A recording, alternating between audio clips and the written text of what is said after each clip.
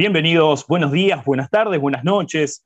Esto es una jornada de lujo en Racing Team. Vamos a estar hablando acerca de Fórmula 1. Mi nombre es Martín Campos. Nos acompaña en el día de hoy Ricardo Ponce, Andri León desde Venezuela. Y hoy un invitado de lujo nos acompaña el ingeniero Scalabroni. La verdad es un honor tenerte, Enrique. Hoy vamos a estar hablando acerca de lo que sucedió en el 2021 y sobre todo nos vamos a estar enfocando en lo que pasó y va a pasar porque todavía está sucediendo en el 2022, cuestiones reglamentarias, cuestiones técnicas, y quién mejor que el ingeniero Scalabroni para que nos dé una mano para entender todo lo que es efecto suelo, modificaciones reglamentarias. Enrique, ¿cómo andás? Bien, un gusto estar con ustedes y poder hablar de este tema que tanto apasiona, ¿no? O sea, que seguir adelante año a año, analizando y aprendiendo, realmente es la forma, ¿no? Qué grande, qué excelente que esté hablando el ingeniero Enrique Scalabroni con nosotros y nos diga todavía que está aprendiendo. Para mí, la Sí. verdad, es increíble. Es una No, excelente actitud, Enrique. ¿sabes por qué te digo? Porque si uno tuviese que trabajar con temas fijos que no varían en el tiempo, Claro. entonces, claro, lo que va haciendo es mejorando el recuerdo de todo lo que estudió, todo lo que vio. Pero la Fórmula 1 es totalmente dinámica porque Claro. es un sistema que no es estático para nada, porque la FIA es dinámica, va cambiando reglamentos. A uno que le gusta porque le gusta, al otro porque no le gusta, a otro que no le gusta a ellos cambian y van cambiando.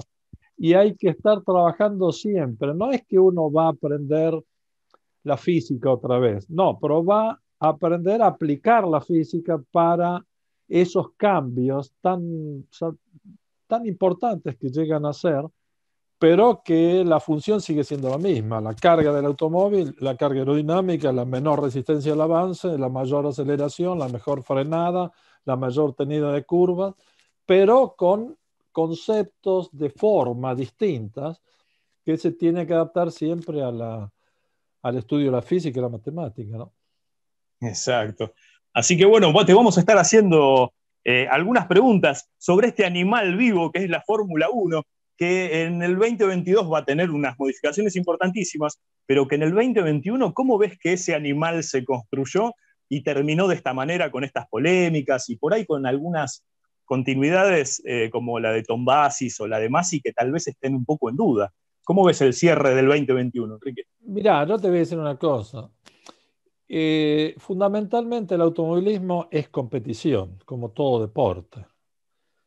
Y como bien dicen, viste, no es un buen matrimonio si nunca hubo una pelea, porque quiere Ajá. decir que ninguno se interesó por el otro. Sí, así es. O sea, cuando el interés es común y todos quieren lograr un resultado, entonces sí, una solución que va bien para uno, no va bien para el otro, eh, un resultado que favorece a uno, un resultado que no favorece al otro. El juez, que sería Messi, que él puede haber dado, si uno saca la cuenta, digamos que no se puede llorar, ni se puede discutir, ni se puede nada, porque fue para todos.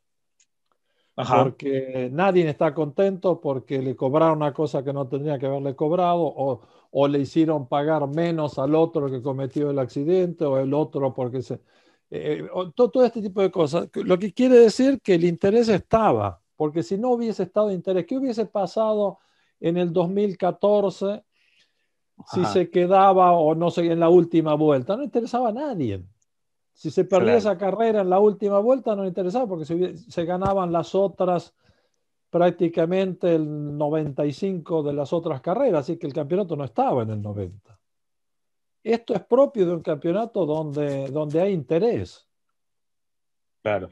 Estuvo reñido, peleado Y hasta la estuvo última reñido carrera y en peleado, y el puntaje. pobre Masi también en medio de todo ese mambo, tener que tomar decisiones sin la experiencia de un genio, como era Charlie Whiting, porque yo siempre dije, hay que ver dos cosas. ¿Qué va a pasar? Siempre dije, ¿no? O sea, en distintos programas, yo quiero saber ahora el después de. Entonces digo, cuando falleció Marchione, yo dije, bueno, ¿qué es lo que usted piensa ahora? Yo quiero saber cuál es después de Marchione. Y después lo vimos. Claro. Para Ferrari. Después, si nosotros vemos, por ejemplo, el después de Charlie Whiting, y nos encontramos con tanto en Ferrari, por una parte, y para ellos mismos también, y en todas las carreras, en toda la discusión de reglamento, en todas las cosas, nos encontramos que no se puede reemplazar a alguien tan grande como pasó en la Fórmula 1 también con el después de el señor Eccleston. Exacto. Tal cual, tal cual. Quisimos hacer una Fórmula 1 sin Eccleston, sin Charlie Sin Whiting, Whiting, claro. sin Mosley y sin Foam. Y en Ferrari sin Montezemolo y sin Marchione.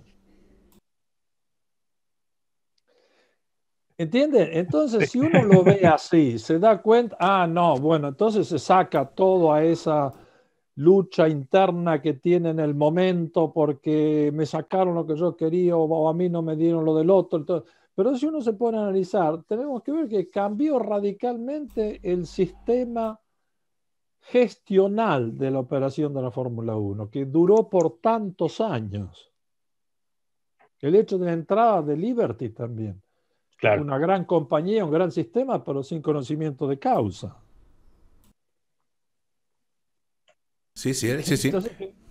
Entonces, ¿qué pasa? Pasó lo que pasa. O sea, ¿cómo podemos reemplazar un Charlie Whiting que trabajó hasta en las construcciones de chasis y todo, con Brabham y todo, con una experiencia enorme? Y después Eccleston dijo, no, concéntrate a dirigir todas las carreras, todo el desarrollo tecnológico que vino en los automóviles y en el desarrollo de la tecnología de carreras, de televisión, de sistema de partida, de sistema de control, los reglamentos que empezaron, las mismas fábricas que empezaron a hacer desarrollos enormes que antes no existían.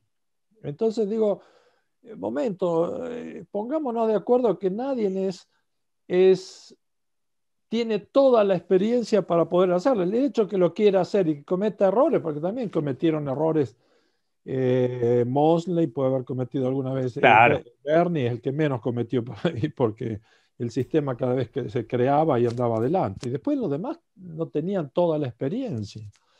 Entonces, es reemplazar el genio no es cosa de todos los días. De hecho, no lo... Perdón, adelante, ingeniero. No, ya está. No, de hecho, recordarán Andri Martín, que nos lo comentaba precisamente yo Ramírez, a pregunta que le hicimos. Bueno, la Fórmula 1 actual extraña a Bernie Eccleston. Y el maestro Ramírez nos decía, no lo van a aceptar, pero claro que lo extrañan. Claro que se extraña a Bernie Eccleston. Entonces esa dupla que también hacía con Charlie Whiting, precisamente. Aunque Michael Masi en su momento, llegó a ser la mano derecha también ahí de Charlie Whiting, pero pues no es lo mismo, pues, sí, ingeniero. Pero hasta que no tomes decisiones, y cosas son complicadas, pero no te cuestan, porque te están dando una orden, te están enseñando, te están haciendo. Pero tú, cuando desaparece la persona en la forma que murió él también, de una cosa de un día para otro, prácticamente desapareció. Dunque, automáticamente tuvieron que tomar una cosa enorme y tratar de manejarla como se pudiera, porque se podría haber caído todo el sistema, ¿no? Y no se cayó. Por eso yo veo que los equipos de carrera tienen que estar un poco más tranquilos, porque no pueden estar a la guerra constante si me dio, si no dio, porque saquemos la cuenta, dio en favor para un lado y para el otro. Exacto. Sí. Porque hay muchas cosas que los efectivamente. hinchas de Verstappen y Red Bull no están de acuerdo. Claro. ciertos accidentes que pasaron, como fueron, cobraron nada, 5 segundos o cosas de este tipo. Tal Y cual. después, claro, y pasó en la última carrera, pero la última carrera pasó para los dos. Y la última carrera, cuando...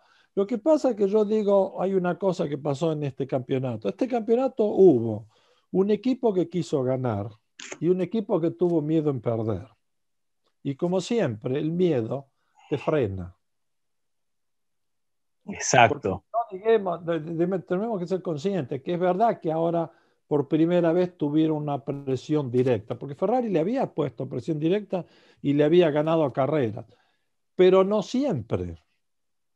Después llegaban a Monza y Ferrari siempre le encontraban cualquier cosa que le paraban todo y de Monza a las últimas carreras ya no podía hacer más nada. Tanto con el motor, con el aceite, con esto, con lo otro, no sé con qué. O sea, se dan cuenta que este fue el único campeonato completo que pasó Monza y siguieron luchando, porque a Monza Claro. estaban ganando a Red Bull. Y Sí. siguieron luchando, y llegaron a la última carrera. En la última carrera tenemos que sacar la cuenta que muchas veces se arregla con una moneda en el aire. Y digamos, esa carrera fue una moneda en el aire. Sí. ¿Por qué? Porque estaba todo hecho y todo se cayó. ¿Por qué? ¿Por qué Mercedes no para antes a cambiar neumáticos? ¿Por qué no se piensa que Sí, sí, puede sí. llegar a pasar algo? Y digamos que este año fue el que más errores cometieron en la gestión de carreras y estrategia, Mercedes, que siempre fueron perfectos, pero y cometían más bien a Red Bull o Ferrari, o cometían los otros, pero esta vez cometieron ellos muchos errores. Y también Sí. sucedieron muchas cosas, muchos accidentes, pero ¿por qué? Porque ahora estaban los dos iguales. Exacto. Cuando estás así no hay accidentes, salvo que lo cierres cuando te van a sacar una vuelta. ¿Eh? Tal cual. O sea, lo que pasó aquella vez con Piquet y Eliseo Salazar. Sí, sí, Cuando sí. Ajá. chocaron. Oiga, La chica. sí. En Oiga, Alemania, La vuelta eso fue. fue en Alemania Pero 82, si no me equivoco. las carreras son carreras. O sea, y después que tienen dos espejitos así chiquititos. Tal cual. Y a la y no como estoy sentado y guardo y veo. No, No, a la se puede. velocidad que viene, que el auto se viene moviendo, el espejito está mostrando cualquier cosa menos el auto de atrás. Ya hace este efecto. Sí. ah, sí. Claro, claro. ¿Y dónde está el espejito? Y el espejito está cambiando, se cambia de posición el auto, gira un poco el Claro. auto, el espejito va viendo otra cosa. Están viendo más la Exacto. tribuna que el auto que viene atrás. Oiga, Inge, y por ejemplo, en la temporada, porque también mucho se ha comentado, que de cierto momento de la temporada, ya prácticamente para el final, el rendimiento de Mercedes mejoró. Sí, de hecho Claro. se mencionó mucho que el motor, quién sabe qué tanto. También son dos preguntas que van juntas. También Adrian Newey tuvo un accidente de bicicleta Sí. en la cual se vio afectado de no poder estar con el equipo. Esa es una. ¿Afectó a Red Bull la ausencia de Adrian Newey? Y la segunda, ¿qué hizo Mercedes aerodinámicamente para mejorar y acercarse e incluso en sus momentos pasar a Red Bull? Mirá, yo pienso que el punto fundamental fue el hecho de que ellos saben que tienen potencia y que tienen mucha potencia y que no la habían llegado a usar y la tuvieron que sacar Claro. de adentro del ropero que la tenían escondida, la tuvieron de un cajoncito ahí adentro, la tuvieron que sacar y ponérsela. Y bueno, y ponerla y bueno, 5 puestos de la clasificación. Bueno, clasifiquemos primero, cambiamos el motor y después largamos, bueno, o cambiar el motor para esa carrera, clasificar primero, pero pagaba 5 vueltas, 5 posiciones. 5 posiciones, nada. Claro. Y Revolt, como decía el doctor Marco, no podemos cambiar nosotros el motor, porque cambiamos el motor por 5 caballos. Porque el otro motor porque ellos estaban jugados al límite, no estaban jugados que venían fácil ganando, que tiraban la potencia hacia abajo. No, estaban ahí arriba. Entonces ponía un motor nuevo Y claro, el desgaste, todo este tipo de cosas que hace perder un poco la compresión y cosas de este tipo. Pero se iban directamente, dicen, nosotros ganaremos 10 caballos, pero nosotros ya tenían como 30 o 40 caballos más y ganaban 20 o 25 caballos más y iban a 60. Y es lo que pasa. Este es el punto. Lo que ocurre es que hubo el recorte del fondo plano en la parte posterior, donde más le dolía a Mercedes.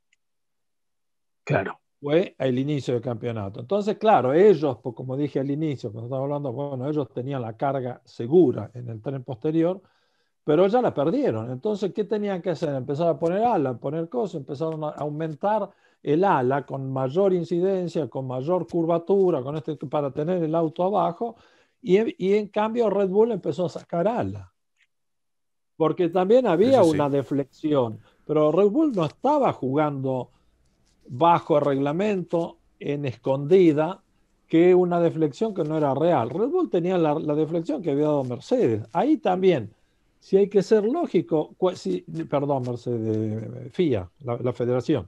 Ajá. No, entonces, Mercedes no podía decir, no, porque es demasiado, porque eso lo ayuda a ellos. Sí, pero ponételo vos también. Claro. Lo que pasa es que Mercedes no podía deflectar el ala, porque si deflectaba el ala perdía carga. Correcto. Y Red Bull tenía que deflectar el ala para perder carga, para poder, y con tener menos downforce atrás, tenía menor resistencia inducida, al avance inducida. Entonces recuperaba caballos. Ahora, la pregunta es, y esto yo lo dije enseguida, apenas lo vi, digo, bueno, está bien. Entonces le trabaron, la FIA cambió su regla. Ojo, la FIA cambió su regla, no encontró fuera del reglamento Red Bull y entonces escribió una regla para trabar eso. No, estaba esa deflexión, se dieron cuenta que era mucha. Entonces, ¿qué hicieron? Bueno, cambiaron la regla, pusieron una menor. Y ahí perdió Red Bull, empieza a perder ahí, después empiezan a recuperar otra vez.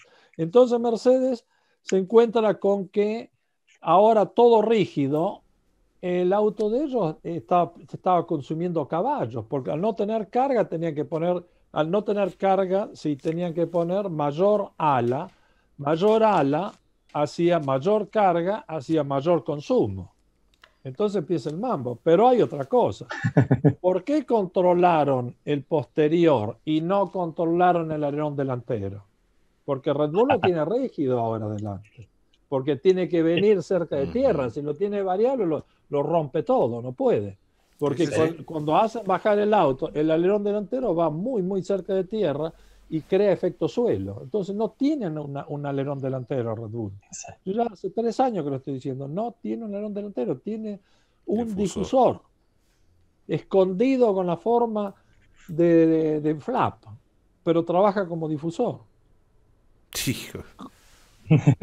Por eso el race, porque al hacerse el auto así se baja de adelante, ¿no? Si se baja de adelante, entonces tiene la cara. Cuando va lento, entonces que frena, el auto se baja de adelante, frena y a su vez entra en curva con el rake ya alto, porque el auto tiene el rake, va al valor prácticamente no exactamente igual de la altura estática del tren posterior, pero va muy cercano, se va casi unos 2,5 grados, 3 grados de inclinación, y hace que el centro de presión se desplace adelante. Si se desplaza adelante, tienen una gran tenida del tren delantero en el lento, donde el auto no dobla porque falta carga. ¿Por qué? Porque se va hacia menor velocidad.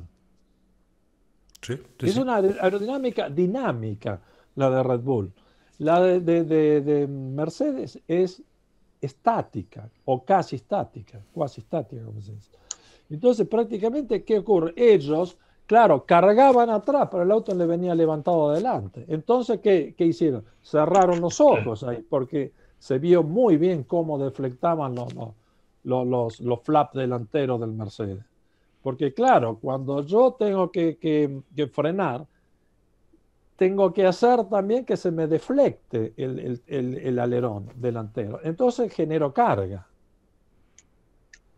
Sí, sí, sí, sí, sí, sí, Que efectivamente. la gente que no sabe mira para un lado o mira para el otro. No, no, hay que mirar todo.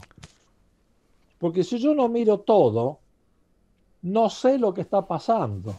Y cada automóvil es un concepto completamente distinto. Uno es un concepto, digamos, tradicional estático, Claro, cuasi estático, Mercedes. que es Sí. Mercedes, Ujú. con una potencia impresionante, porque Mercedes con la misma potencia de la Ferrari o del Renault o del, ¿cómo se llama el otro? De Honda, no hubiese ganado, no podía ganar. Necesitaban tener más caballos para... ¿Por qué? Porque la diferencia estaba en la recta, Sí, sí, sí. no Claro. en las curvas.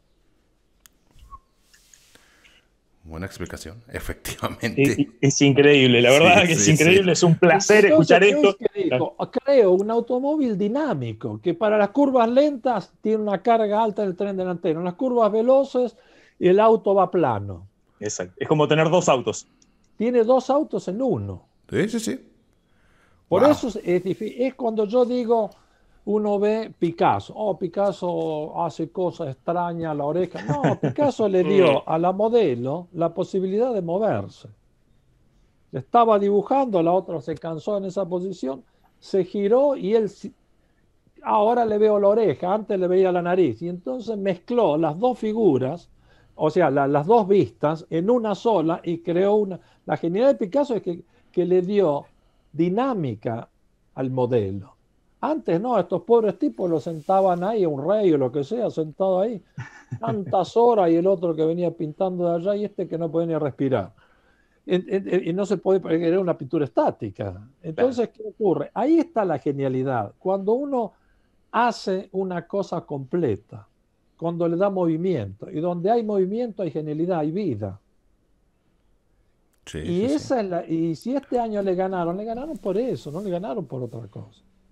Claro, Y después claro. hace otra cosa, un chico que llega casi sin experiencia, 17 años, lo suben arriba de ese auto y lo hacen girar y girar. No sé cuántas vueltas nada tiene el chico este con los Red Bull, entre Red Bull y Toro Rosso. No sé, pero debe tener, no sé, no tengo ni idea cuántas vueltas. Sí, sí. Cuando Pero arrancó, en la desde época que cuando arrancó, empezó en Fórmula 1, sí. Sí, claro. Max. Ujú. Sí, muy Bueno, poquito. ¿cómo te Pero podés poner al lado manejando un automóvil estático que no te varía tanto la distribución de carga, ni la carga aerodinámica, y a descargar una rueda y doblar como un karting Ujú. en el tren posterior? El chico aprendió y Newis aprendió, así que aprendieron los dos juntos ahí. Y claro. vio, bueno, y no lo hizo subir. Newis, y cuando empezó a hacer el auto tenía 45, 46 milímetros de altura del tren posterior, terminó a 165. Pero esos 122 milímetros no lo hizo en un año. Checo se la tuvo que comer en un año, Es, Así es. Así es. Sí, sí, sí. ¿no?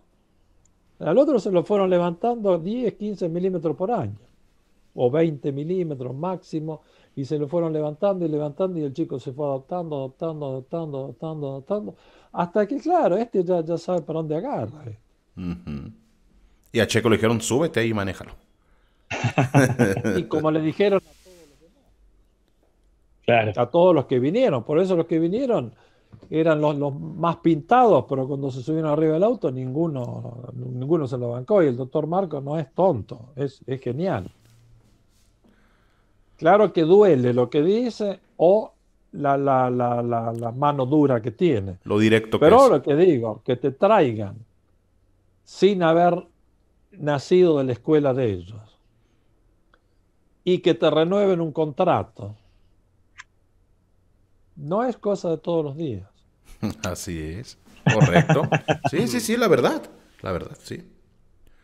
Lo Y que uno, pasa es que la gente, yo entiendo, es lo que nos pasa a nosotros también, nos pasaba en Argentina.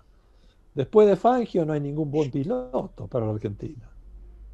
Porque el pobre tipo que salga de la Argentina, primero que no hay dinero para invertir internacionalmente, pero sí. el pobre tipo que sale tiene la obligación de ganar 6 campeonatos, porque ya 5 se lo ganó Fangio, ¿no? ¿Quién es? Claro, Sí, sí, parte con viene la una mochila comparación. Sí. La vara alta, como Aparte con decimos una acá, ¿no? mochila y- No, sale uno y gana 4, este no es ninguno. Sí. Bueno, a Reutemann Y, se le llegó Y a a decir Reutemann le segundón. pasó eso y le pasó a varios así. A Reutemann, correcto. Reutemann, bueno, Reutemann no ganó ninguno. Basta solo escuchar a Gordon Murray. Cuando estaba enfocado no lo paraba nadie. Era velocísimo en los circuitos muy veloces. Eso quiere decir que tenía la mano justa y no tenía miedo de tener el pie a fondo para entrar con el Claro. efecto suelo y todo. O sea, pero claro, que si no sos el mejor, no, pero sos uno de los mejores. Este es el problema de la gente cuando no evalúa. Es crueldad. Bueno, claro, porque hay una cosa.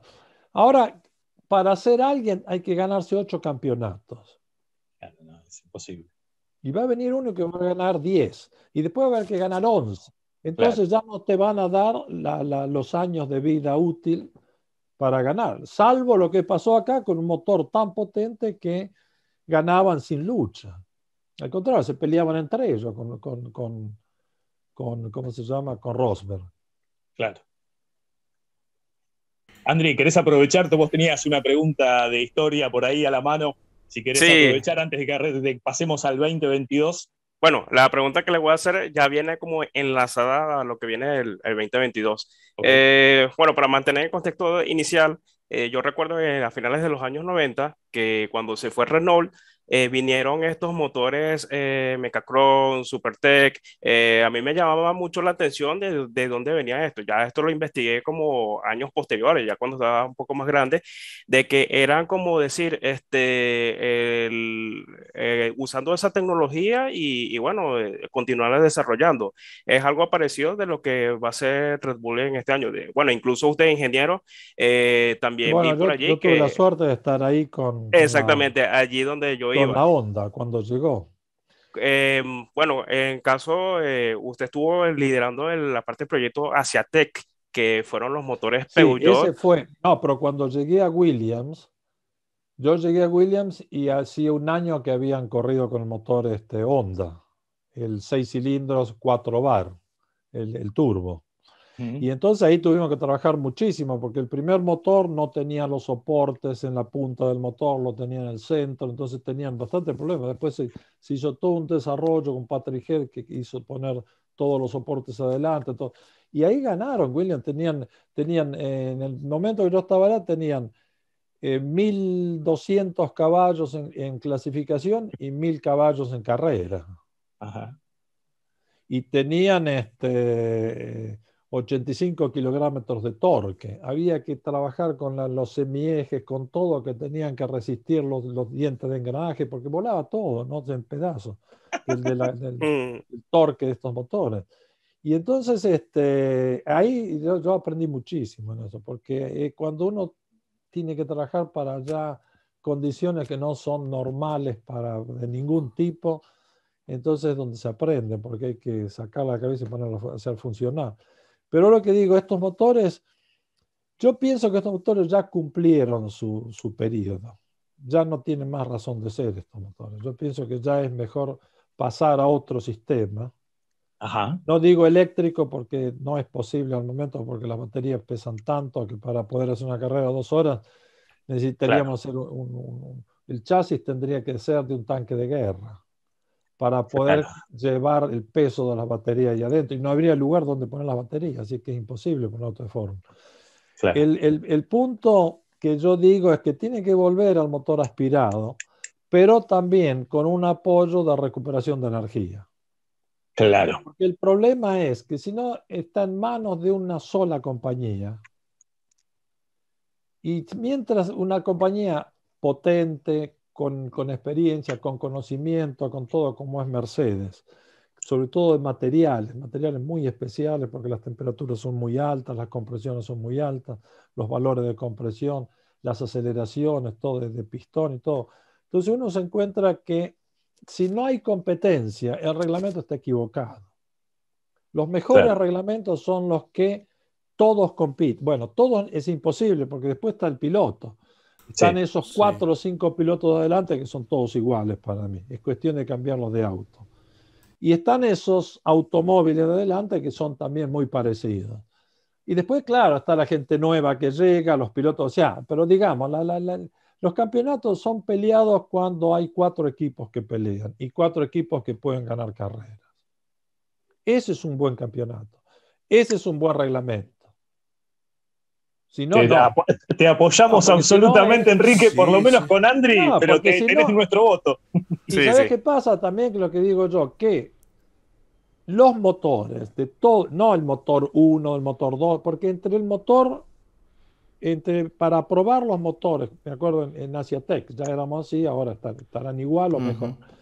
Para probar los motores que iban a carrera, era de todos los que se probaban, tenían que se aprobaban, de los que se aprobaban aquellos que tenían más o menos 1% de los caballos que venían ya establecidos en forma estadística. Ajá. O sea, si el motor debería funcionar a estos caballos, en ese momento eran 850 caballos, teníamos nosotros 440, una cosa así. Entonces, el problema era que cada motor que no superaba, que superaba, por ejemplo, que tenía menos de 1% del valor medio nominal, ese motor quedaba fuera. Tenía que ir a revisación y después volver al banco de pruebas. Y el motor que tenía más de 1% está bien. Pero hay otra cosa. Esa era la tolerancia, porque no podíamos venir menos de esa tolerancia, porque el banco de prueba no tenía una tolerancia mucho más precisa. Entonces, ¿se escucha? Sí. Sí. Sí. Entonces, ¿qué ocurre? Entonces después teníamos que establecer cuál era el rango de la categoría. O sea, la FIA debe establecer el rango de la categoría. ¿Cuánto es la diferencia máxima entre el motor más potente y el motor menos potente? No dentro de un equipo, sino de la categoría. Uh-huh. Y no puede haber mayor de 3% de potencia. Porque 3% de potencia son 6% entre el que más tiene y el que menos tiene. 6% en, digamos, 900 caballos son 54 caballos. ¿Se dan cuenta? Este es el problema, porque Sí. 654 caballos no lo agarrás más. Claro, ya es otra categoría. Olvidate, es lo que pasó en los últimos del 2014 para acá. Pero con el 8 cilindros estaban todos ahí entre 2% estaban. Ujú. Por eso habían carreras. La diferencia estaba Newey con el Red Bull, que les ganó por eso. O sea y Vettel, que era un chico que empujaba en ese momento, joven, todo, pero se encontró con el auto justo. Como Hamilton se encontró con el auto justo, como Schumacher con toda su calidad se encontró con la Ferrari justa. Alonso también se encontró, porque cuando cambiaron de auto, Schumacher no anduvo más. Cuando a Alonso le cuesta ganar, pero no es culpa de ellos, el problema es que el auto no está. Claro. Sí, cierto. Entonces Sí, yo no veo que un piloto no se sienta claro, todo el mundo quiere ganar, y entiendo que uno quiere ganar, y cuando está cerca de llegar a la punta de la montaña y hay un tropiezo, entonces claro, no está contento. Lo entiendo a Hamilton, lo entiendo a todos, pero yo lo que quiero decir que si uno quiere competición, necesita el primer reglamento que tiene que ser estricto es potencia. Porque si no, te corro en la recta. Claro. No en la curva. Sí, hay mucha... Porque en la curva puedo ganar una décima andando muy bien. ¿Cuánto es una décima andando muy bien? Son... no se llega, serán centésimas, la mitad, será media décima, serán o menos lo que se puede ganar una curva. No estoy hablando de un buen auto y una porquería, estoy hablando de entre dos buenos autos, la diferencia está ahí. Pero en la recta, entre dos buenos autos, uno que tiene 50 caballos más me hace un segundo. Claro. Sí, o me hace medio segundo. Y me hace medio segundo, no lo voy a buscar. Hay dos rectas largas, ya tiene un segundo el tipo. Sí, aquí, sí. Sin tener que jugarse en la frenada, no arriesgar quemar gomas, no hacer todos no consumir de más, no ir Es al un auto límite bien de balanceado. salir fuera, todo este tipo de cosas. Con muchísimo menos riesgo encima. Claro. Sí. Entonces, esto es lo que los reglamentos tienen que estar bien controlados, porque creo que estos tantos años, estos 7 años o 8 años, ¿no?, de la categoría, tiene que dejar sentado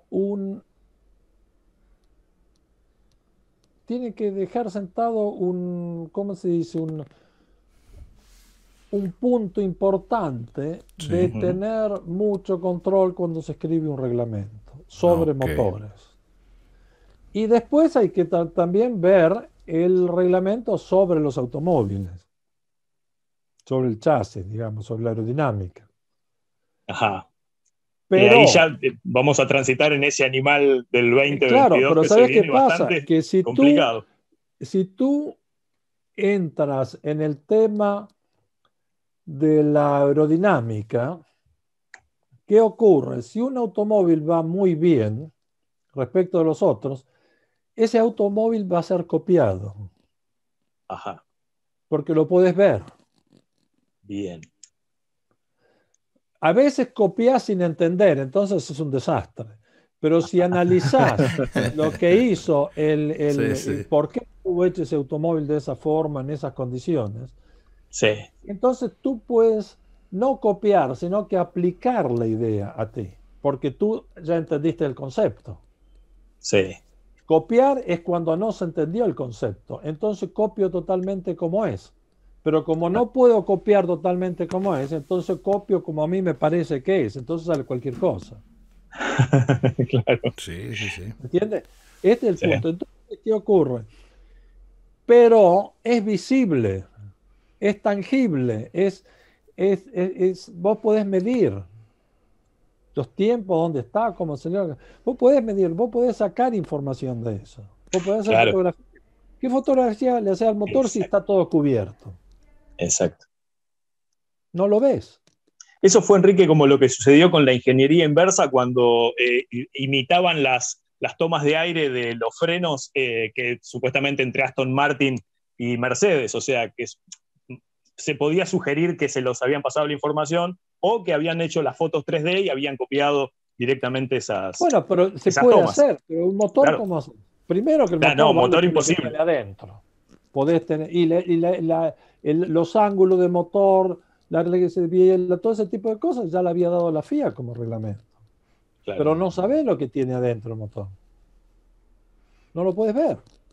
Entonces, no hay alternativa. Entonces yo digo una cosa, que tiene que ser, todo tiene que dar la posibilidad que haya, porque si no hay competición no son carreras de automóviles. Claro. O sea, uno, por ejemplo, el campeón de golf, mejor del mundo, que vaya a jugar con los chicos de 8 años. No, no. No me interesa ninguno. Sí, no. Claro. ¿Eh? Y por Yo Claro. no ejemplo, digo esto, digo que por la diferencia de capacidad y experiencia estoy hablando. sí, sí, Sí, Entonces, sí. si no totalmente. hay una lucha,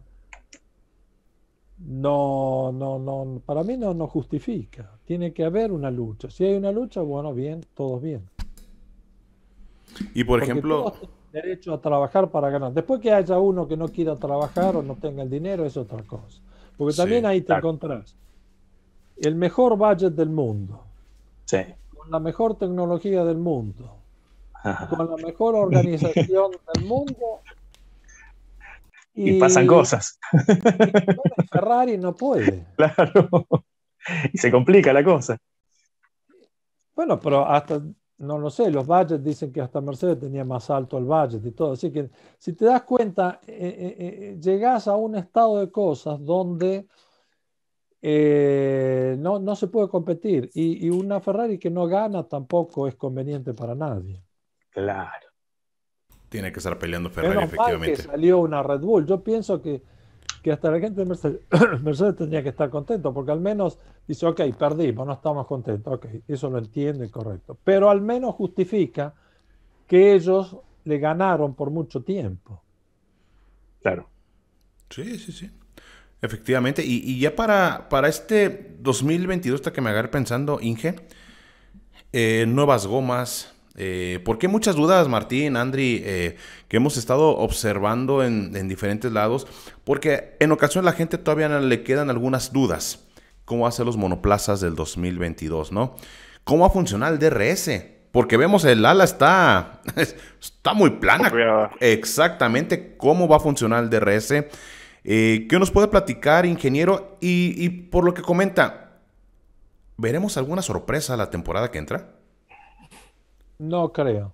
Yo creo que esta temporada los autos van a ser exactamente iguales como del año pasado, con ciertas variaciones, porque el proyecto original no fue factible, porque se partió con una distancia entre ejes alrededor de 2 metros 25, una cosa así, eran 2 metros 30, y al final terminaron a 2 metros 60. ¿Por qué? Porque no entraba toda la cantidad de cosas, de baterías largo, de tanque de combustible, porque tienen las baterías adentro, por todo lo que tienen estos automóviles, tuvieron que aumentar la distancia entre ejes. O sea, y después, los laterales, que eran muy chicos, no entraban los intercambiadores, los radiadores, entonces tuvieron que dejarle libre esa parte, porque dejaron un volumen ahí libre. Y en definitiva van a ser similares a este año, con mayor carga aerodinámica que el año pasado. Similar al año pasado, pero con mayor carga. ¿Por qué va a ser este extra que va a dar el fondo del automóvil? Claro.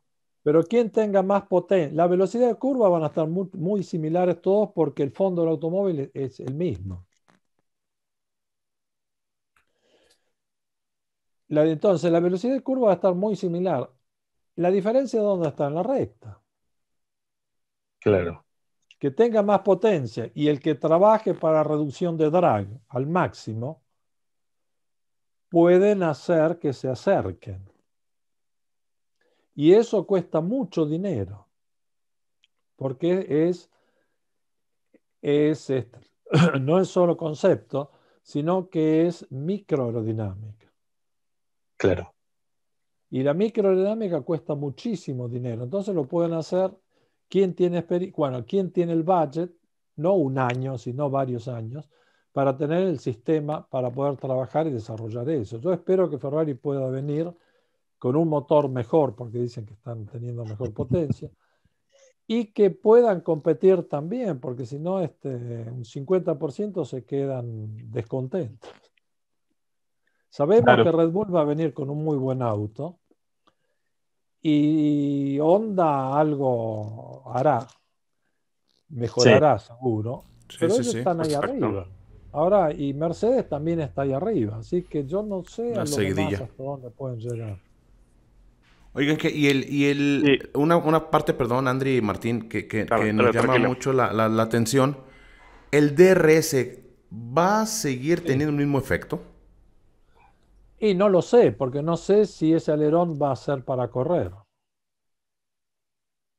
Porque cuando prueben y digan, no nos conviene, los equipos van a empezar a poner ya ciertas condiciones. No se olviden que hoy FIA no es la FIA que impuso ese automóvil. O sea, FIA sí, pero no la gente que impuso el automóvil. Sí, cierto. Entonces, es un nuevo grupo de gente, es un nuevo, digamos, se vuelve un poco más al estilo tradicional. Andri.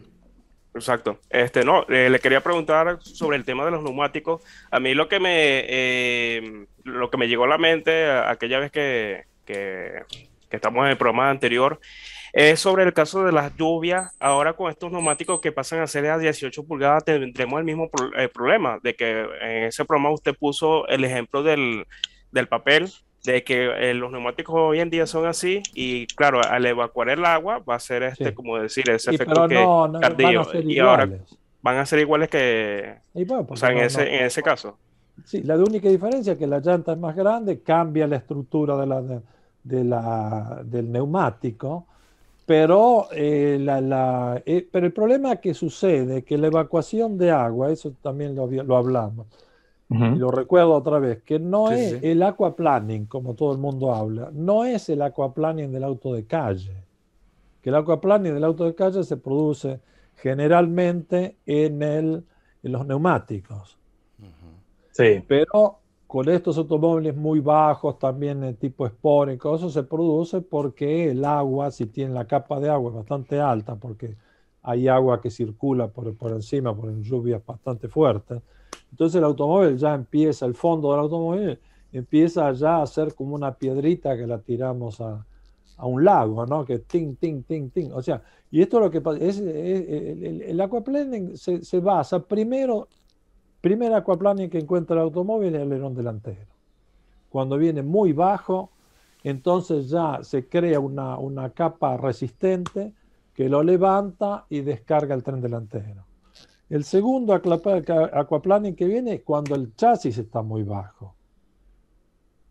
Cosa que el Red Bull tiene el alerón delantero bajo, pero ¿qué hicieron? Es bajo en la parte de esos 50 centímetros que dice la FIA que tiene que ser el perfil fijo y en la posición de ellos. Pero como ellos lo bajan, ¿pero qué hizo News? Termina eso y se levanta para arriba, se levanta digamos, el perfil mismo del cuerpo, ¿no? Inferior, se levanta para arriba para dejar pasar aire a los laterales y que genere carga. Pero si se Sí, sí, encuentra sí. con agua, esta presión en el centro hace que el agua se vaya por los costados, debajo del cuerpo. Entonces ya tiene menos aquaplaning por eso anda bien el Red Bull en la lluvia.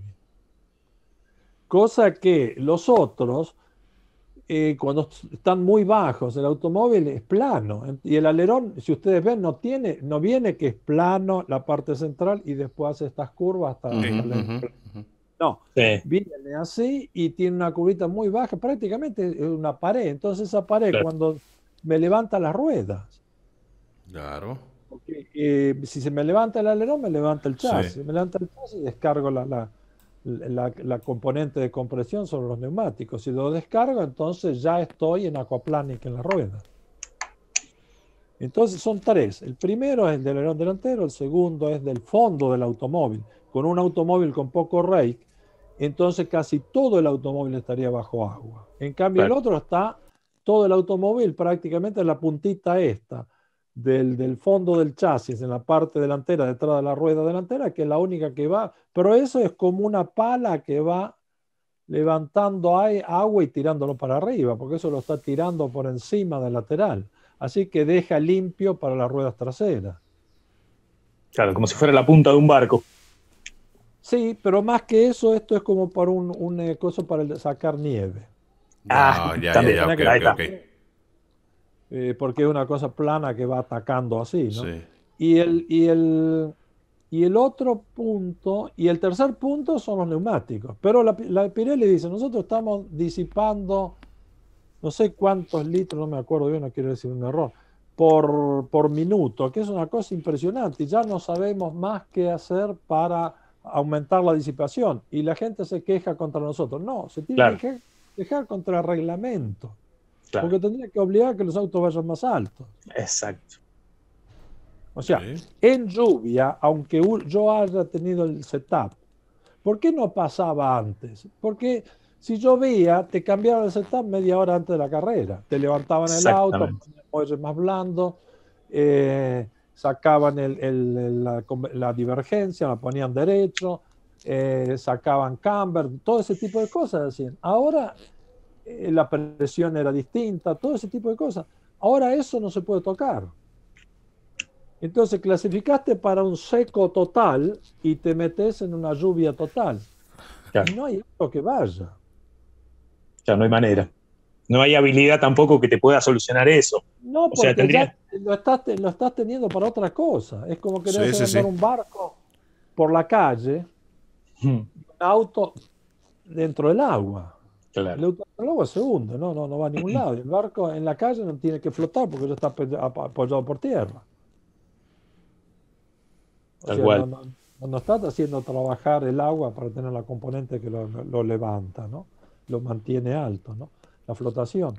El punto que yo veo que todo esto son todos errores que son conceptuales. Y después, viste, le pegan a Pirelli, le pegan a este, le pegan al otro, pero La realidad es que no lo pueden resolver. Es fundamental. Hay otra cosa. No, tiene que haber un neumático muy fino para que se consuma y estén obligados a cambiar. Claro. Sí, sí. Ah, entonces si tú quieres no tener problemas, entonces pone un neumático que tenga de ranuras, como tenían aquellas ranuradas, que tenían Sí. 4,5 milímetros, y la Exacto. lluvia había 5,5 milímetros.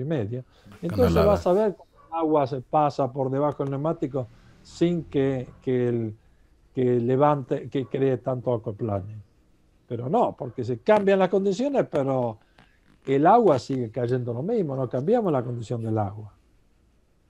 Que a alta velocidad, cuando uno ataca el agua, es que prácticamente casi incompresible, se lo puede casi considerar. Estamos Así hablando es. que se llega a muchísima velocidad. Claro. Ese tipo de cosas son las cosas que no van a tener solución. Vamos a seguir opinando, pero no vamos a resolver, porque eso tiene que estar analizado profundamente o lógicamente. A veces no Sí. necesita profundidad, sino lógica. Y entonces decir, bueno, no, entonces ¿qué queremos? Goma, y las gomas de lluvia eran blandísimas en un tiempo y muy Sí. altas. Y entonces, claro que disipaban más, pero ¿qué ocurre? Pero había una zona de apoyo que era menor, o sea que la presión efectiva era más alta. Claro, podías atravesar la superficie Claro. del agua y llegar hasta el Y asfalto, los alerones como si estaban fuera un más rastrillo. altos. Como si fuera un Claro, y los rastrillo, alerones claro. más altos. O a veces ni siquiera tenían alerón delantero con efecto suelo. También. Entonces, También. entonces estamos viendo que la Fórmula 1 2022, pues igual sigue sin estar preparada para correr en lluvia. Y si nos espera algo como Bélgica, No, pues porque están diciendo, Todd había dicho que para el 2025, 2026, a los proyectistas que tengan ideas de resolver el fondo para que disipe agua. Ajá. no, Pero pues sí. 25 o 26 son 3 años que te tenés que comer así. Sí, todavía Sí, falta. sí, tal cual. Sí, Todas es un montón. las gomas tan bonitas, esas de línea azul, las extremas, no las vamos a ver porque ya sabes que no se empieza a llover y se acabó. Con Claro. miedo todavía. No, ¿entiendes? Lo que ocurre es eso, que Sí, sí, sí. el punto es que hay un temor de cambiar la Fórmula 1. Y Sí. hay un temor de que después a la gente no le guste o que sea muy distinto. Al final, ¿sabes qué pasa? Que se tiran ideas para cambiar, después no se cambia nada. Y Exacto. después seguimos lo mismo y seguimos teniendo el mismo problema. Eso pasó en el 2017, ¿te parece, Enrique? Cuando se hicieron esos cambios de ruedas, se hicieron cambios de Sí, alerones, y al final el motor fue mucho más importante y lo es lo que aerodinámico no vale, modificó nada. es lo que vale. Claro. Y vos sabés que te quería preguntar, había algunas predicciones que decían que del 2021 al 2022, estos cambios de simplificación de alerones, estos cambios de eliminar los bargeboards, Patchboard, sí. claro, todos esos implementos que están a los lados de los, por Sí, detrás bueno, de las pero eso ruedas era y antes de para los radiadores. generar depresión, presión negativa Claro, por debajo del automóvil, deflectar el aire y a su vez crear vorticidad, porque el vórtice tiene presión negativa y entonces generaba una presión mayor negativa por debajo del automóvil y generaba la carga aerodinámica. Pero ahora, claro, como van a poner efecto suelo, claro. entonces ya eso lo produce, entonces eliminan esa Es, parte. Pero claro, también esos vórtices que creaban vorticidad en la lluvia eran un desastre. claro. Ah, Y ah, a partir de esas modificaciones, lo que se esperaba era que los autos 2021 fueran, lo diré de otra manera, que los 2022 iban a ser 3 segundos o 3 segundos y medio más lentos. Y después, con el correr del tiempo, viene Pat Simons, que es el jefe de técnica de la F1, y Claro, dice que va a haber solo 0,5 sí, pero segundos. ¿sabes por qué? Porque los equipos dijeron no se puede hacer este automóvil. Ajá. Es lo que te digo yo, Sí, obligaron a alargar la distancia entre ejes. Además, sí, cuando tú alargas la distancia entre ejes, alargas la superficie por debajo del automóvil. Del suelo, claro. Tienes una presión de tantos kilos por milímetro cuadrado negativa. Sí. Si aumenta, es la del ala. Si un ala de un avión más grande tiene mayor sustentación, ¿no? Pero en este caso, Bien. al revés, te empuja hacia abajo. Si Exacto. tenías un plano de tantos metros cuadrados, ahora le aumentaste 1 metro cuadrado más, una cosa así, entonces automático o medio metro cuadrado más, bueno, multiplicado o sea, en centímetros cuadrados, multiplicado por la presión, entonces te da más carga aerodinámica. Claro. Entonces ahí se genera carga. Porque una de las cosas también era porque las baterías, en vez de ponerla una arriba de la otra, que le aumentaba el centro de gravedad y que a su vez tenían poco espacio para el combustible. Entonces, ¿qué hicieron? Poner las baterías planas. Poner las baterías planas, alargaron el tanque. Entonces, Sí. al alargar el tanque se aumentó la distancia entre ejes, pero al aumentar eso, Sí. también aumentaron la sección por debajo del automóvil, la superficie. Claro. Entonces aumentó la carga aerodinámica. Es todo el mismo juego. O sea, lo que tenés que estar jugando con la física, pero entonces que la gano de aquí o la gano de allá, pero es todo eso. Bien. Y entonces ahora, y los laterales que eran, viste que venía así y hacían así y entraban así. Ahora no se pueden entrar así. Tiene que ver con los autos del año pasado venían así, era solo delante de la boca que hacían esa entrada. Sí. Después no, venían planos y después se iban para atrás. Ahora, entonces, Sí. ¿qué ocurre? Ahora se dieron cuenta que no entra todo lo que tienen que poner. Bien, no hay Porque espacio. hay radiadores, intercambiadores de aceite, radiadores de agua, radiadores de aceite, intercambiador de aire, aire-aire, todas las cosas de ventilación para las partes electrónicas, todo ese tipo de cosas. Entonces hay un volumen que no puede hacerse menos de eso, entonces decidieron hacerlo. La única cosa, y la parte de adelante, el nose box, también la cambiaron, va a ser distinta, así que no se sabe cómo van a hacer, pero le dieron la libertad para hacerlo. Entonces, hay un punto que el automóvil va a ser totalmente distinto. No digo 100%, pero pienso un 60% distinto. Bien. Y ese, el efecto suelo, en algún momento se ha utilizado y Y se utilizaba en una... Sí. te va a dar una ganancia, pero el efecto suelo se usó en el tiempo del Lotus 78 y Lotus 79, que fueron Sí. y después vino el Williams FW07. Y Claro. después se terminó todo, porque después lo cortaron por los accidentes que había. Exactamente. A ese punto quería ir, Enrique, porque en la actualidad que se vuelve al efecto suelo, tenemos la eliminación de los batchboards, se pasa el aire hacia abajo, el piso es plano Curvo. para lograr ese... Claro, No, es curvo. Está El piso bien. es curvo. Y hacia atrás se levanta en el sí. deflector para que se... Bueno, pero en los hace laterales no están las polleritas. El diseño que hicieron ellos es más bien de un tubo Venturi, con una boca Bien. alta, baja, Sí. sección mínima, y después vuelve a subir. Exacto. Que eran un poco el original de los laterales que tenía el Lotus. Eran una curva, casi como un perfil de ala dado vuelta, ¿no? En la parte inferior. La parte posterior era la boca de entrada de aire al radiador, el radiador que venía inclinado a casi 45 grados y salía por arriba. El punto es que aquí la boca tiene una entrada alta, pero yo no sé si uno de los problemas que tuvo Chapman cuando Chapman creyó que había encontrado toda la gran solución. Sí. Porque hizo el 79, que fue un auto tradicional, un Lotus, que era un auto adelantado, pero tradicional de línea en cierta forma, digamos, a comer a reglamento. Y le agregó estas dos pontones laterales con efecto suelo, porque trabaja la parte inferior. Al 78, yo me acuerdo que vino, que debutó en Argentina y claro, todo el mundo lo veía, una cosa extraña. Reutemann había dicho de las pruebas que habían hecho en Europa, había dicho, si quiere conocer el Lotus, tírese al piso, no lo vea de arriba. Y claro, yo no entendía. Y me acuerdo que yo colaboraba, trabajaba para una fábrica de que hacíamos chasis para carrera y todo. Y diseñaba y después ayudaba a construir y todo. Una fábrica chica, ¿no? Éramos 10, 15 personas.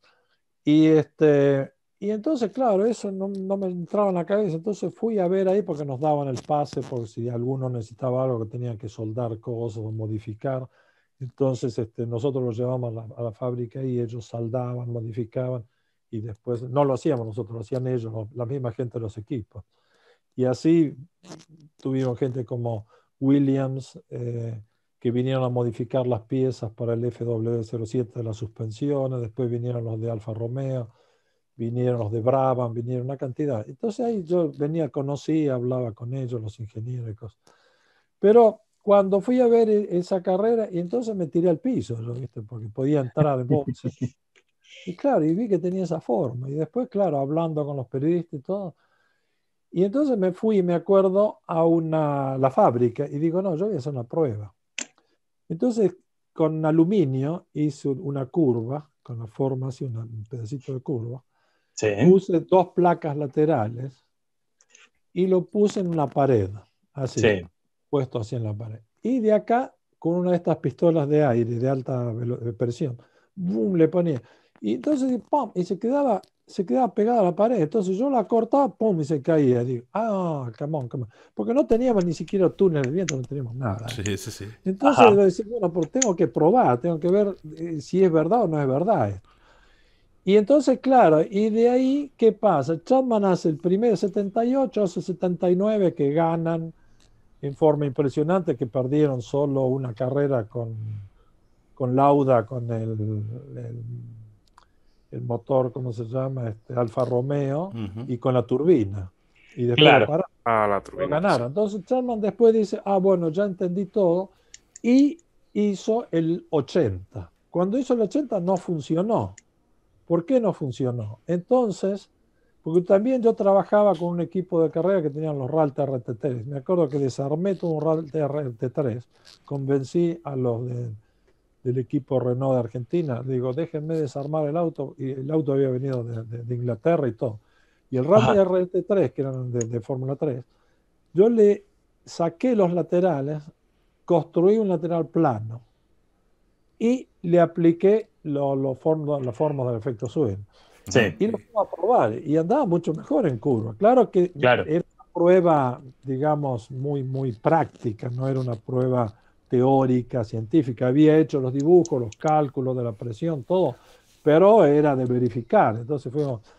Pero después Chapman, ¿qué hace? Hace la curva, en vez de partir con una boca muy baja y con la curva así y subir, Chapman levanta la curva, la boca de entrada, y hace una curva mucho mayor, y se acuerdan que va de punta a punta del auto, digamos, donde parte lateral hasta el fondo, que lo hizo todo carenado, el auto hermosísimo. Y no le anduvo el auto. Y el problema, y ahí estaba Reutemann en ese tiempo, y empezó a decir, bueno, acá el auto empieza a ser así.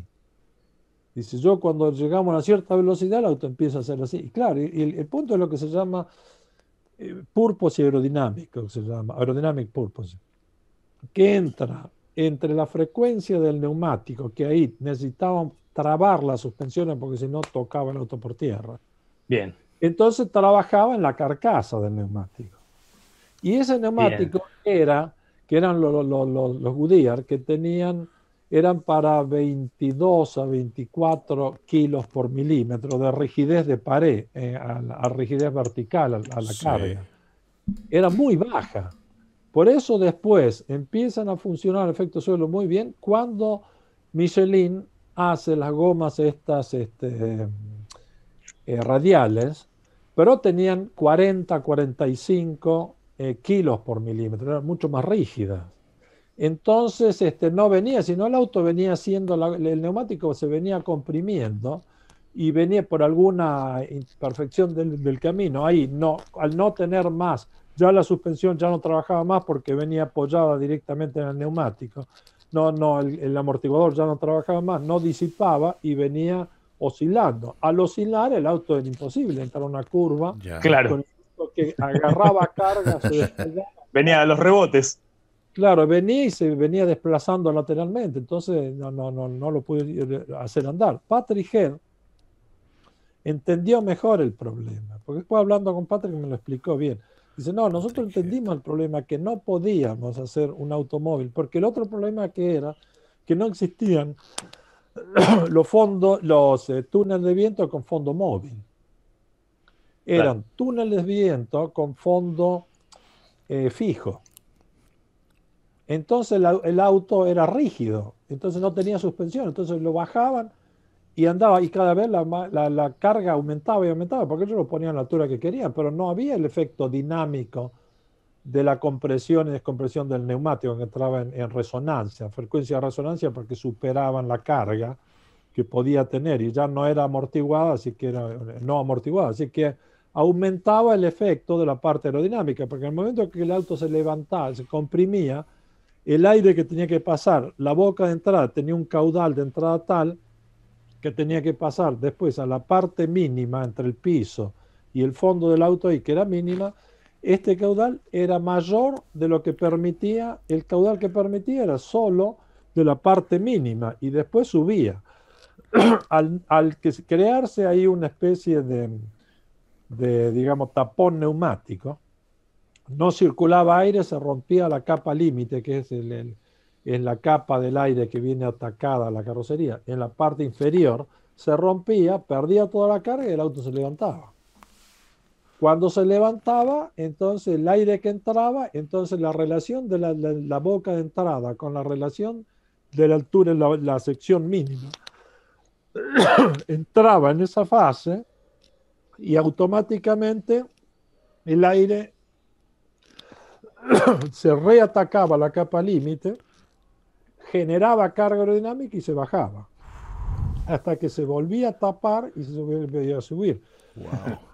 Ahora, estos son problemas. El otro día estaba hablando con un ingeniero yo le pregunté, digo, ¿están seguros que no van a haber problemas de pulpo, sí o no? Bueno, estamos viendo a ver cómo, porque ahora está todo el mundo pensando en poner el auto lo más bajo posible, pero quizás lleguen a ese problema. Sí, bien. sí. No, eso es una auténtica clase. Que yo todavía sigo insistiendo, y ya lo expliqué, hablé con dos o tres, digo, yo sigo insistiendo que el rake va a ser necesario. No digo 3 grados de rake. Sí. Pero el rake nos va a ayudar mucho, porque al inclinar el auto, la boca de entrada se va a hacer más chica, se va a bajar. Sí. Entonces la relación de la sección de entrada con la relación de la sección mínima me va a resolver el problema. Que es distinto si yo lo levanto delante, es peor, porque la boca de entrada de los laterales es muy alta, la levanto, tiene que llegar a un mínimo cuando ya es como un embudo. Yo tiro el aire, si el aire no entra, Sí. y tiro agua, si va el caudal que cuenta es el caudal de salida del diámetro más chico del embudo. Bien. No la parte de arriba, porque todo el agua que voy a poner se viene por afuera. Claro, se rebalsa. Está libre, pero si yo lo entubo, el aire me levanta el auto. Wow. Wow. Sí. Te quería hacer esta consulta, Enrique. Eso lo están analizando todos, y ahora hay medios de análisis y lo van a resolver. Pero digo, hay que ponerse fino para analizar este tipo de cosas, no es medir un dibujo y lo hago. Claro. Me hiciste acordar dos cosas. Una, David Coulthard en un Mercedes pasando por detrás de otro auto en unos autos de turismo que sale volando y da 3 vuelcos y cae entre los árboles. Claro. Una esa y otra a nivel lateral. Se fue detrás de un Toyota. Sí. El Toyota tenía la cola muy baja. Sí. Toyota tenía la cola muy, muy baja. Entonces la dirección, para tener menos drag y más cerca de tierra, tener menos espejo de popa, que se dice, como le llaman en los barcos, ¿no? Y entonces, en los yates, ¿no? Entonces, para tener más baja, tener menor resistencia al avance, en la dirección del aire, el vector velocidad, al salir de la cola del auto, tiene una inclinación hacia abajo. Además, por la depresión que existe por el efecto suelo por debajo del auto. Entonces, la dirección del aire que pasa por encima del Toyota venía hacia abajo. El Mercedes, hasta una cierta distancia en ese momento, el aire ya no se metía debajo del auto, sino que ya lo agarraba la trompa. Bien. Ellos cambiaron la parte superior del cubremotor, no del cubremotor, del frente del auto. Lo hicieron con Bien. una mayor inclinación, cambiaron la inclinación del parabrisas también. Y eso generó más lift. Claro. Pero ¿qué ocurre? Cuando venía el aire que le tiraba mucho aire por la parte de arriba y le tiraba aire por la parte de abajo también. Lo que hizo que a una cierta distancia del otro auto encontró una presión de empuje de aire muy alta que le inclinó, le hizo perder también, porque la resistencia del avance del auto anterior le hizo perder carga aerodinámica, que el auto se levantó.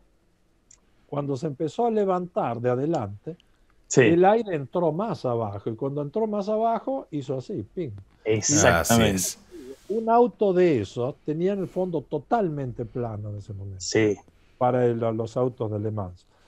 Dijeron, no, ninguno que utilice ningún sistema que sea totalmente plano. El problema es esto, que yo digo, ¿cuántos metros cuadrados tiene el plano de esos automóviles? Tenía el plano de esos automóviles, superficie plana por debajo del auto. sí. Era alrededor de 9,5 metros cuadrados Ajá. a 10 metros cuadrados. Una habitación. Ahora yo digo una cosa. Ok, hagamos una cosa. Hagamos un ala Sí, de 10 metros de largo y 1 metro de cuerda. bien. Y pongámosles un perfil de ala, perfil de aeronáutico. Claro. Agarremos en automóvil de 300 kilómetros por hora a un Fórmula 1, le ponemos los dos alas, vamos en el aeropuerto, que es ancho, todo, y vas a volar y te lo va a levantar. Claro. Lo que pasa es que te lo va a levantar y después va a caer porque no tiene la hélice o no tiene una turbina que me lo empuja. Claro, no va a Se poder corta mantenerse. la potencia y se cae de punta. Entonces Claro. digo, es justo para volar, porque si yo lo inclino, ya hay una componente inclinada en este sentido que me da una componente vertical. Esa componente vertical es lift. Me lo Nada. levanta. El miedo mío, Enrique, es ver un auto de Fórmula 1 que le pase algo No. similar. También que No, tiene no los creo, demás bueno, alerones. no lo sé, veremos, yo no creo, pero de todas maneras pienso que eso lo habrán estudiado bien, todo, no tengo Sí, idea, y claro. después los equipos lo están estudiando, ya está la Sí. experiencia, así que eso lo van a resolver. Pero la duda es que si está resuelto el problema del purpose, pero la forma de resolver el problema del purpose fue en función de cambiar la curva. Patrick Head hizo en vez de hacer una curva así, hizo plano y después el difusor. Entonces Sí. venía plano y después el difusor. Entonces, ahí estabilizaban el aire y después lo hacían difundir en un instante, en un tiempo casi, no sé, menos de una décima. Ujú. Y generaba una depresión impresionante, esta descompresión violenta que se producía en el punto de quiebre.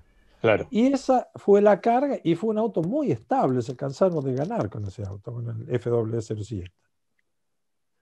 Ganó Jones el campeonato y después también con Reutemann ganaron, perdieron un campeonato, pero llegaron hasta la última carrera. Sí, hasta la última. Después ganaron con Claro. Keke. Y con que Keke ganó Rosberg. Piquet.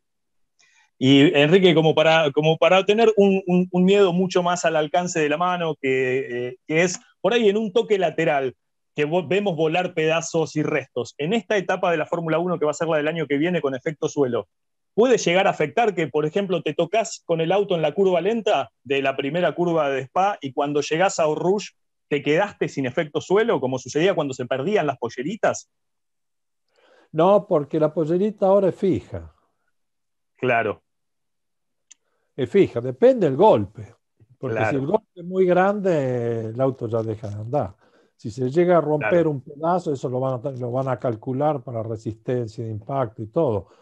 Pero lo que yo no sé, si no van a tener que empezar a cortar las polleritas, porque ahora son rígidas.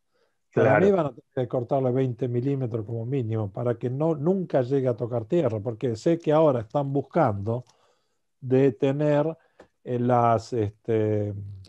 los patines para llevar el auto lo más bajo posible para que toque. Pero yo considero que si el auto va lo más bajo posible, no va a pasar aire por la sección. Entonces te va a sentar en crisis.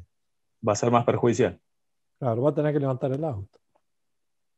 Bueno, pues se viene una Chicos, temporada de lujo. Una clase increíble, se viene una temporada impresionante. No sé si tienen alguna pregunta. Yo lo único que... Ojo, que yo no estoy ni hablando de miedo, ni de terror, ni creando miedo ni terror. Digo, son los puntos que hoy hay mucho conocimiento del diseño del automóvil en función de todas las experiencias por los cambios reglamentarios que hubieron. Se hicieron siempre una experiencia nueva y lo que se aprende no se pierde. Se aplica. Y no te cambió el reglamento, pero lo podés aplicar, pero con otra forma, ya no tanto como antes, lo que sea, pero ya forma parte de la lista que te define el diseño de un automóvil. Debe tener esto, y sabes cuánto debe tener y todo. Así que esto no van a tener problema, porque hoy el conocimiento es muy grande. Lo que yo digo, que no creo que ellos tuvieron todo el tiempo para hacer todo un estudio. Porque tenía que haber creado un prototipo y haberlo probado. Tendrían que, sí.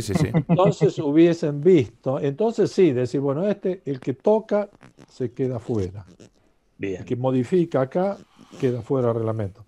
Pero no, al final tuvieron que ir dando libertades de lo que pienso los equipos. No es que tardó tanto el reglamento para salir. Salió en la última carrera. Sí. Claro. Yo te preguntaba lo de los laterales. Lo tenían y lo iban modificando y lo iban analizando con FIA y todo, porque es un bien para todos. Lo que pasa es que tardó porque se ve que tuvieron que hacer correcciones. Claro. Y es que la verdad, Martín, es espectacular que el ingeniero nos pueda explicar de la nueva normativa, porque, repito, como lo dije al principio del video, muchas dudas todavía de algunas personas, y que prácticamente, en serio, a ver, es para sacar la libreta, Martín, la pluma. Y es una... mira, aquí está. Es clase, la verdad, del ingeniero Enrique. A ver, y quiero... ¿Por qué? Porque la gente de Racing Team se merece este contenido de calidad por parte del ingeniero. Inge, a ver si cuando empiece la temporada, a ver si podemos tener otra plática. Pero lo interesante sería hacer una después de los test. Va. Y le late si después de los test de pretemporada, e incluso se me ocurre... Ahí vamos a ver muchas cosas y van a probar muchos autos. Claro. Así que si uno lo resolvió, el otro no lo resolvió, vamos a ver dónde están las diferencias. De todas maneras, los autos van a ir muy rápido. Me parece perfecto. ¿Y le parece si invitamos a la plática al maestro Joe Ramírez también? Sí. Ya estuve una vez en una que tuvimos, que estuvo Villa del Prat, Joe Ramírez y yo. Nos habían invitado de... ¿Dónde fue? Alguien me invitó, no me acuerdo de dónde. Fue Motorland, ¿no? Es probable que fue... Sí, Motorland. Ahí. Y estuvimos charlando los tres y cada uno presentó el tema. Y fue bueno porque cada uno presentó el tema de su punto de vista. Yo lo hice desde el punto de vista de la técnica, del concepto y cosas. Yo, desde el punto de vista de la organización, de los pilotos, de todo, y Joan, desde el punto de vista de la organización de fábrica, equipo de carrera, todo. Así que no nos peleamos en ningún momento. Al contrario, nos felicitamos porque cada uno dio su conocimiento, ¿no? Ya está. Pero yo te digo, el punto que digo... ¿entiendes? Todo este tipo de cosas hay que analizarlo. Yo vivo analizando. Después puedo equivocarme, no. Pero me sirve un análisis cuando veo que hicieron algo, por qué lo hicieron, y si algo todavía no está hecho, cómo yo lo hubiese hecho, para ver si lo que está hecho es muy distinto o no. Pero los puntos fundamentales son, en la física no hay magia negra.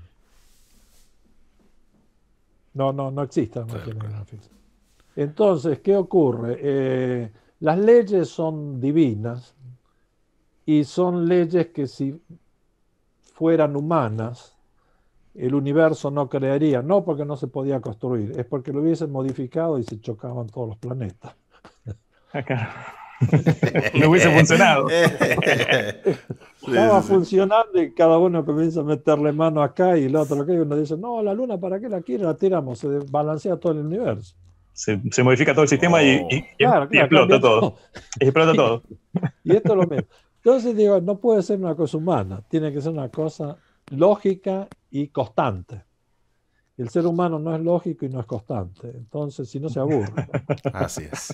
Martín, Y qué lujo. Impresionante, la verdad es un entonces, lujo pero enorme. digo, esto es para, queda una sola cosa que A empezamos a ver, hablar. Yo no sé si los neumáticos estos tuvieron en cuenta la frecuencia de resonancia,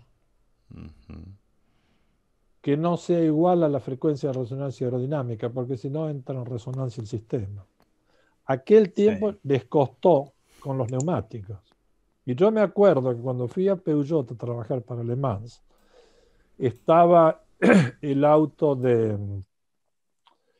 de Tom Walkinshaw que había ganado Le Mans con el Eso fue Ford. después, disculpe, eso fue después de su trabajo en Lotus, ¿no? Lo No de Le Mans de... Peugeot. Sí, sí, de Lotus, sí. Sí, Ah, sí. ok. Después de Después. Lotus. Eh, Entonces yo me acuerdo que voy allá y veo la carga aerodinámica de este auto, era una cosa impresionante. Era una cosa impresionante. Era 2 veces y algo más que un Fórmula 1 de efecto suelo. Ah. Y entonces digo yo, y cómo hacen para tener? Y me acuerdo que Michelin tenía 45 kilos por kilogramos por milímetro de rigidez vertical de las paredes a compresión. Y el auto que había ganado Le Mans, pero que el año, yo entré antes del primer año, que terminara el primer año, entré, no, a fin del primer año de Peugeot, que no anduvieron muy bien, ganaron la primera carrera en Le Mans, y no en Le Mans, en Japón, Rosberg ganó, y que después no pudieron ganar porque tuvieron una cantidad de problemas, era un auto nuevo, tenían que desarrollarlo todo. Después del segundo año ya empezó a ganar el auto y ya no hubo problemas. Pero me acuerdo que el auto que lo había tomado la Nissan, creo que fue ese auto de Walkinshaw, corrió como motor Nissan. Y no lo podían hacer andar. Y nosotros me acuerdo que llevábamos el auto muy, muy bajo. Y ellos no podían, porque el auto le venía haciendo el juego, ¿viste? De saltar y Claro. saltar y saltar y saltar. Y entonces, o Venía- tocaba, ¡pum! Tocaba por el piso. Y cuando te empieza a tocar, lo tenés que levantar. Y te vuelve a tocar, lo tenés que levantar. Y te vuelve a tocar. Y llega un momento que el auto y ya cuando lo tenés muy alto, el auto ya viene haciendo como un canguro, ¿no? Así Y, quebré un Citroën 3CB, Enrique, de una vez. y lo que sucede fue que después me di cuenta, no, acá, le digo, me dice, ¿qué rigidez tiene? Y me dice, no, tenemos 45. Y digo, pero otros tienen 20, tenían los de la Fórmula 1, que eran 22, 23, no, 24. Ponele. A 45 era una barbaridad la diferencia de rigidez. Entonces, ahí sí se podía controlar la altura sin tener que podía aumentar, porque ahí podías aumentar mucho el valor de los muelles. Sí, Y llevábamos 4.500 libras de muelles sí, contra 1.200 que lleva un automóvil normal de carrera, digamos, tipo Fórmula, sí. de Fórmula 1. Entonces, podíamos llevar esos valores porque si no, ¿qué pasa? No se hubiese comprimido el muelle, se comprimía la pared. Entonces, para hacer comprimir el muelle y hacer comprimir la pared, entonces la pared se comprimía a la mitad, porque la otra mitad se venía comprimiendo el muelle. Porque Bien, entonces no poníamos tanta carga y entonces no entraba en resonancia.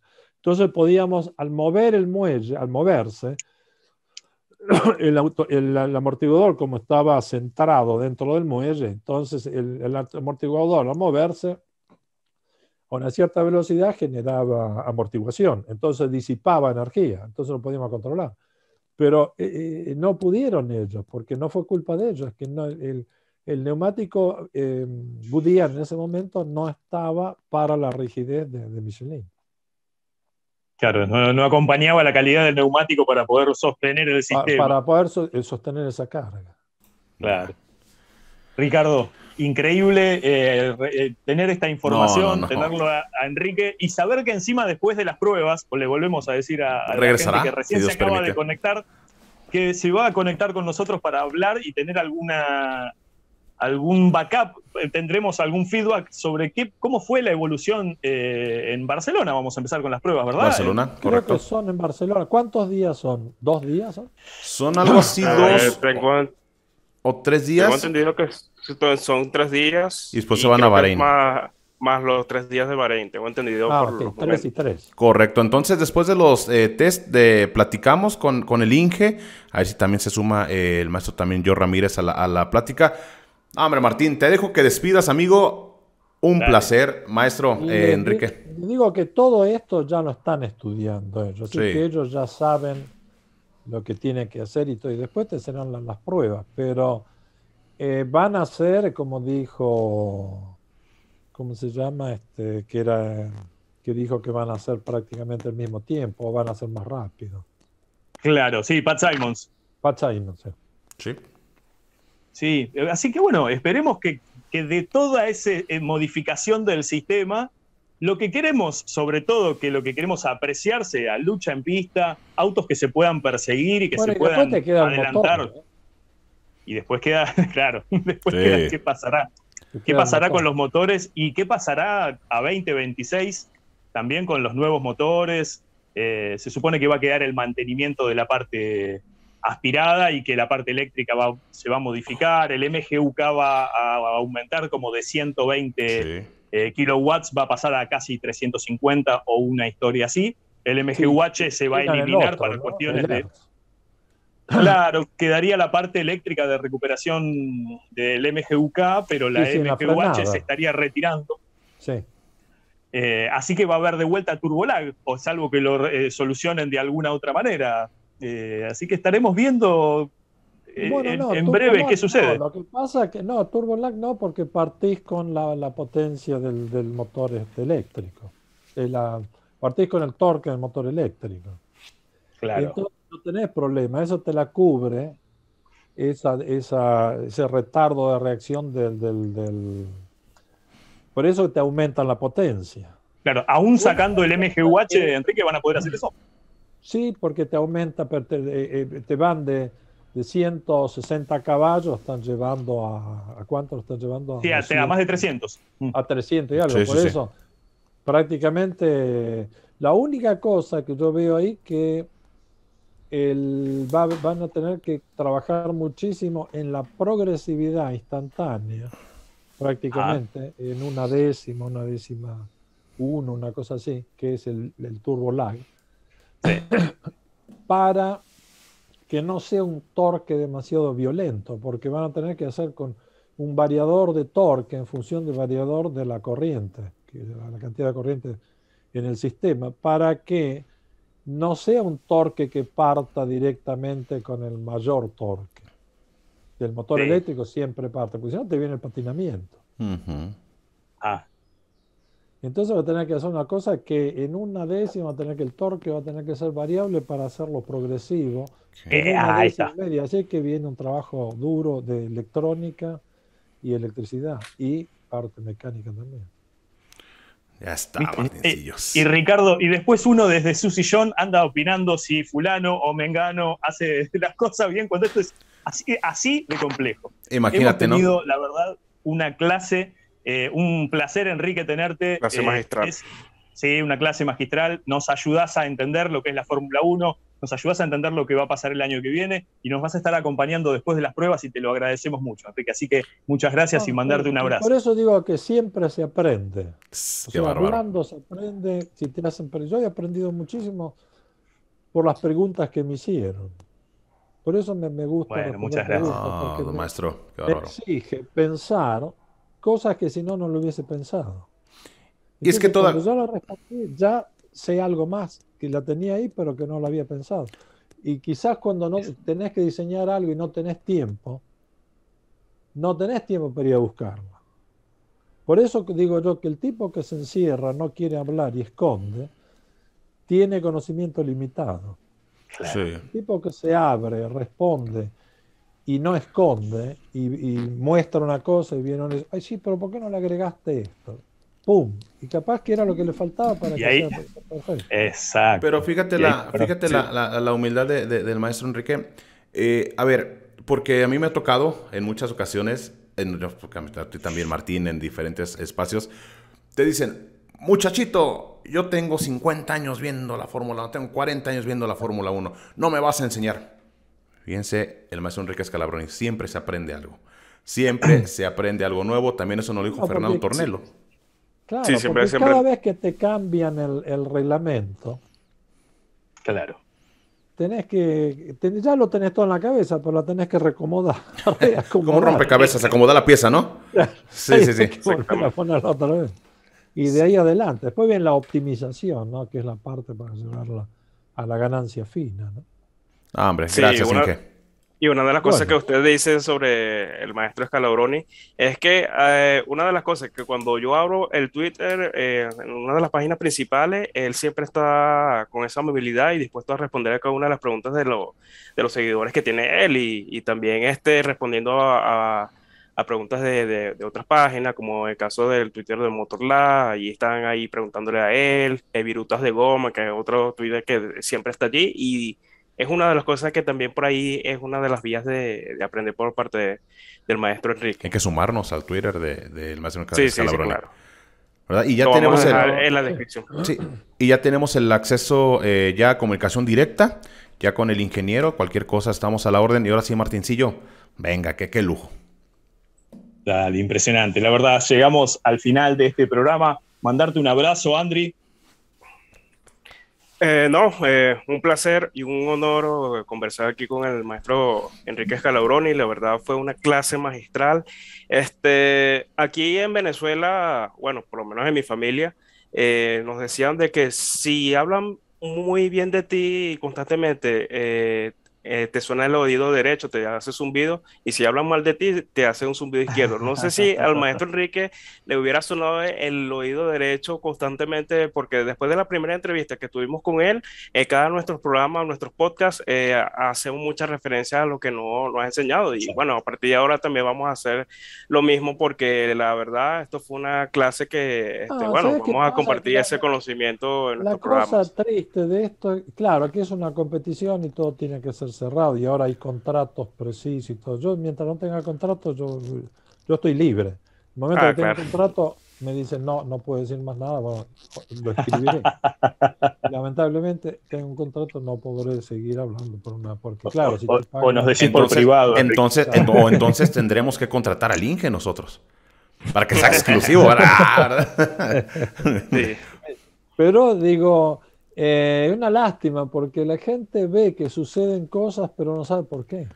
Sí. Y no hay nadie que quiera. Yo si me puse con esto es porque digo, si me meto en esto tengo que explicar. Si no, no me meto. Para decir, no se puede explicar, no, eso es muy difícil, no le puedo decir nada. No sería lógico. Entonces, si me meto en esto tengo que llegar hasta el máximo, ¿no? de explicarlo. Si hay algo que ya no lo entiendo, digo, bueno, déjenme analizarlo, después mañana le doy la respuesta. O si no, le diré, miren, no llego. Ya está. Impresionante. Ricardo, mandarte un abrazo a vos también allá hasta México. Que agradecen, Martín, gracias. Ustedes, Ingeniero, cuídese mucho. Un fuerte abrazo, ingeniero. Gracias, Martín. Un abrazo a todos y a toda vuestra gente que los sigue y que de todas partes, de toda América y de distintas partes del mundo también, porque mucha gente también no están en la nación, pero ya se fueron a Europa, correcto, a cualquier otro lugar, Estados Unidos, donde sea, y de ahí lo siguen, ¿no? Así que es una cosa muy positiva y además yo estoy contento con todos ustedes. De corazón, gracias. Y así estamos nosotros también, agradeciéndote a vos, agradeciéndole al equipo de Racing Team por la oportunidad y agradecerle a todos nuestros escuchas. Nos veremos en la próxima semana con nuestro nuevo podcast. Le mandamos un abrazo a todos. Esto ha sido Racing Team. Hasta luego. Bye bye, saludos. Bueno, gracias.